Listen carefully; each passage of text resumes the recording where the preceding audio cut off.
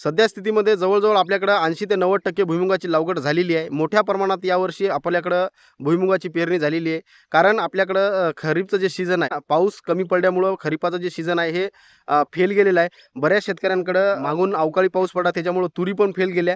तर त्यामुळं ज्याच्याकडे पाण्याची उपलब्धता आहे त्या ठिकाणी आपल्याकडं मोठ्या प्रमाणात भुईमुगाची लागवड झालेली आहे. त्याच पद्धतीनं माझ्या स्वतःच्या शेतातही जवळजवळ 3 एकरामध्ये मी भुईमुगाची लागवड केलेली आहे. तर मित्रांनो, बऱ्याच शेतकऱ्याचे प्रश्न मागच्या 4 दिवसापासून येत होते की पहिली फवारणी आपल्याला भुईमुगामध्ये कधी करायची आणि कोणती करायची, तर त्याबद्दल हा व्हिडिओ आहे. तर मित्रांनो, व्हिडिओ थोडासा मोठा होऊ शकतो, व्हिडिओ शेवटपर्यंत पहा जेणेकरून पूर्ण माहिती आपल्याला या ठिकाणी मिळेल. तर ज्यावेळेस आपण भुईमुगाला फवारणी करतो, तर फवारणी करण्याआधी आपल्याला एक लक्षात घेणं गरजेचं आहे की आपल्या पिकाच्या ज्या वाढीच्या अवस्था आहेत त्या वाढीच्या अवस्थेमध्येच आपल्याला फवारणी करायची आहे. मित्रांनो, भुईमुगाला गरजेनुसार 3 फवारण्या, तसंच चौथी पण फवारणी गरज जर पडली तर होऊ शकते, पण 3 फवारण्यामध्ये आपल्या भुईमुगाच्या फवारणीचा जे शेड्यूल आहे हा कंप्लीट होत असतो. तर यामध्ये पहिली फवारणी आपल्याला 25 ते 30 दिवसाच्या दरम्यान घ्यायची. आता ही पहिली फवारणी 25 ते 30 दिवसाच्या दरम्यान का घ्यायची, तर आपल्या पिकामध्ये आपल्याला 20 ते 25 दिवसाच्या दरम्यान फुलधारणा चालू झालेली असते आणि तिथूनच 4 ते 5 दिवसामध्ये 8 दिवसामध्ये आपल्याला त्या ठिकाणी आऱ्या चालू झालेल्या पाहायला मिळतात. तर सुरुवातीच्या स्टेजमध्ये आपल्याला यामध्ये जी फवारणी घ्यायची ते त्याचा उद्देश तो आहे की झाडाची जी वाढ आहे, म्हणजे पानाची वाढ असेल किंवा झाडाची जी हाईट असेल, पानाची साईज असेल किंवा कलर असेल, ह्या गोष्टी त्या ठिकाणी कव्हर झाल्या पाहिजे. आणि सुरुवातीच्या अवस्थेमध्ये जे येणारे रस शोषण किडी आहे ते पण आपल्याला त्या ठिकाणी कव्हर झाले पाहिजे. आणि बऱ्याच ठिकाणी शेतकऱ्यांनी बीज प्रक्रिया केलेली नसती, तर त्यामध्ये रोप अवस्थेमध्ये भुईमुग मरतो, तर तेही तिथे त्या ठिकाणी मेला नाही पाहिजे. तर त्या ठिकाणी आपल्याला या पद्धतीनं फवारणी करायची आहे. तर मित्रांनो, यापूर्वीच आपण आपल्या चॅनलवर पाणी व्यवस्थापन, खत व्यवस्थापन, तसंच भुईमुग उधळू नये यासाठी कुठल्या उपाययोजना करायच्या याबद्दलचे व्हिडिओ सविस्तर टाकलेले आहे. त्याच्या लिंक मी तुम्हाला डिस्क्रिप्शनमध्ये दिलेली आहे, तुम्ही त्या ठिकाणी जाऊन पाहू शकता. तसंच मित्रांनो, पहिल्या फवारणीमध्ये आपण एकदम स्वस्तात आपल्याला फवारणी करायची. पहिली फवारणी म्हणजे काही लई जास्त खर्चामध्ये जायचं नाही.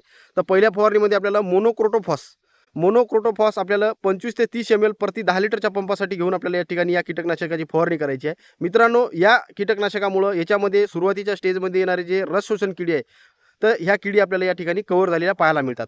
तसंच मित्रांनो, या व्यतिरिक्त आपण लॅम्बडा सायलोथ्रिन 5% म्हणजेच ड्रॅगन असेल किंवा कराटे असेल, या दोन्हीपैकी कुठलंही एक कीटकनाशक 25 ml प्रति 10 लिटरच्या पंपासाठी टाकून आपण दोन्हीपैकी कुठलंही एक कीटकनाशक घ्यायला पाहिजे. तसंच मित्रांनो, या ठिकाणी आपण लॅम्बडा सायलोथ्रिन प्लस थायमिथॉक्झॅम हे कॉम्बिनेशनही वापरू शकतो, पण याचे रेट थोडेसे जास्त आहे. त्याच्यामुळं आपण त्याच्याकडे न जाता आपण हे दोन जे साधे कीटकनाशक सांगितले यापैकी कुठलंही एक कीटकनाशक घ्यायचं आहे. सोबत मित्रांनो, या ठिकाणी आपल्याला सुरुवातीपासूनच आपल्याला भुईमुग उधळू नये यासाठी आपण फवारणीमध्ये पण जे बुरशीनाशक घेणार आहे हे आपल्याला थोडेसे चांगल्या क्वालिटीचे घेणार आहे.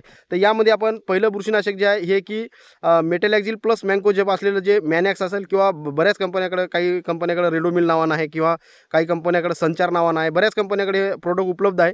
तर या प्रोडक्टचाही वापर आपण करू शकतो. मित्रांनो, याचा जो डोज आहे तो 25 ते 30 ग्राम प्रति 10 लिटरच्या पंपासाठी आहे. या व्यतिरिक्त दुसरं जे बुरशीनाशक आहे ते म्हणजे थायफॅन्ड मिथाईल 70% WG, हे ग्रॅन्युल फॉर्ममध्ये येणारं बुरशीनाशक आहे. याचा वापरही आपण या पहिल्या फवारणीमध्ये करू शकतो. याचा जो डोज आहे तो 30 ते 35 ग्राम प्रति 10 लिटरच्या पंपासाठी आहे. आणि मित्रांनो, या बुरशीनाशकासोबत जर आपण अँटीबायोटिक म्हणजेच कासुगामायसिन किंवा व्हॅलिडामायसिन जर आपण या ठिकाणी वापरायचं म्हटलं, तर त्याचा डोस 25 ते 30 ml प्रति 10 लिटरच्या पंपासाठी घेऊन जर आपण फवारणी केली, तर नक्कीच आपल्याला या ठिकाणी सुरुवातीच्या अवस्थेमध्ये लागणारी मर वगैरे असेल, तर या ठिकाणी आपल्याला तिथं कव्हर झालेली पाहायला मिळेल. आपल्या पिकामध्ये जो तांबेरा असेल किंवा या ठिकाणी आपल्याला जो टिक्का वगैरे चालू झालेला असतो, तर तोही त्या ठिकाणी आपल्याला कव्हर झालेला पाहायला मिळतो. तसंच मित्रांनो, पिकाची वाढ चांगल्या पद्धतीने झाली पाहिजे यासाठी आपण काय करायचं, सुरुवातीच्या स्टेजमध्ये 19-19-19 हे जे विद्राव्य खत आहे याचा वापर आपण या ठिकाणी करायचा आहे. 70 ते 80 ग्राम प्रति 10 लिटरच्या पंपासाठी घेऊन आपण याची फवारणी करायची. यासोबत आपण मायक्रोला म्हणजे मायक्रोन्यूट्रिएंट मिक्सचर असेल हे, किंवा ग्रेड 2 मायक्रोन्यूट्रिएंट्स बऱ्याच कंपन्याकडे उपलब्ध आहेत, जसं की वनिता असेल किंवा BSF असेल किंवा इतरही बऱ्याच कंपन्याकडे जे मायक्रोन्यूट्रिएंट्स आहेत हे पण उपलब्ध आहेत. तर याचाही वापर आपण या ठिकाणी करू शकतो, जेणेकरून काय आपल्या पिकामध्ये जसं की calcium, magnesium, zinc, ferrous, molybdenum या पद्धतीच्या कुठल्याही मायक्रोन्यूट्रिएंटची जर डिफिशियन्सी असेल तर ती दूर होण्यासाठी आपल्याला त्या ठिकाणी चांगली मदत होणार आहे. तर या ठिकाणी जर आपण फवारणी या पद्धतीने जर केली तर नक्कीच आपल्याला आपल्या पिकामध्ये चांगली वाढ, सोबत बुरशी कंट्रोल होईल आणि त्या ठिकाणी आपल्याला जे रस शोषण किडी आहे याचा पण कंट्रोल आपल्याला त्या ठिकाणी चांगलं पाहायला मिळणार आहे. तसंच मित्रांनो, आपल्याला जी दुसरी फवारणी करायची आहे, दुसरी फवारणी आपल्याला आऱ्याच्या तोंडावर म्हणजे आऱ्याच्या शेंड्याला आपल्याला शेंगा धरणं चालू झाले त्यावेळेस आपल्याला ती फवारणी करायची आहे. आणि तिसरी फवारणी आऱ्याचं रूपांतर 70 ते 80% शेंगामध्ये ज्यावेळेस होईल त्यावेळेस आपल्याला दुसरी फवारणी करायची. म्हणजे जवळजवळ पहिली फवारणी 25 ते 30 दिवसाच्या दरम्यान, दुसरी फवारणी जवळपास 50 ते 55 दिवसानं, आणि तिसरी फवारणी जवळपास आपल्याला 65 ते 70 दिवसाच्या दरम्यान करून घ्यायची आहे. मित्रांनो 3 फवारण्यामध्ये आपल्या भुईमुगाची जी फवारणीचा शेड्यूल आहे आपल्याला या ठिकाणी कंप्लीट करायचा आहे.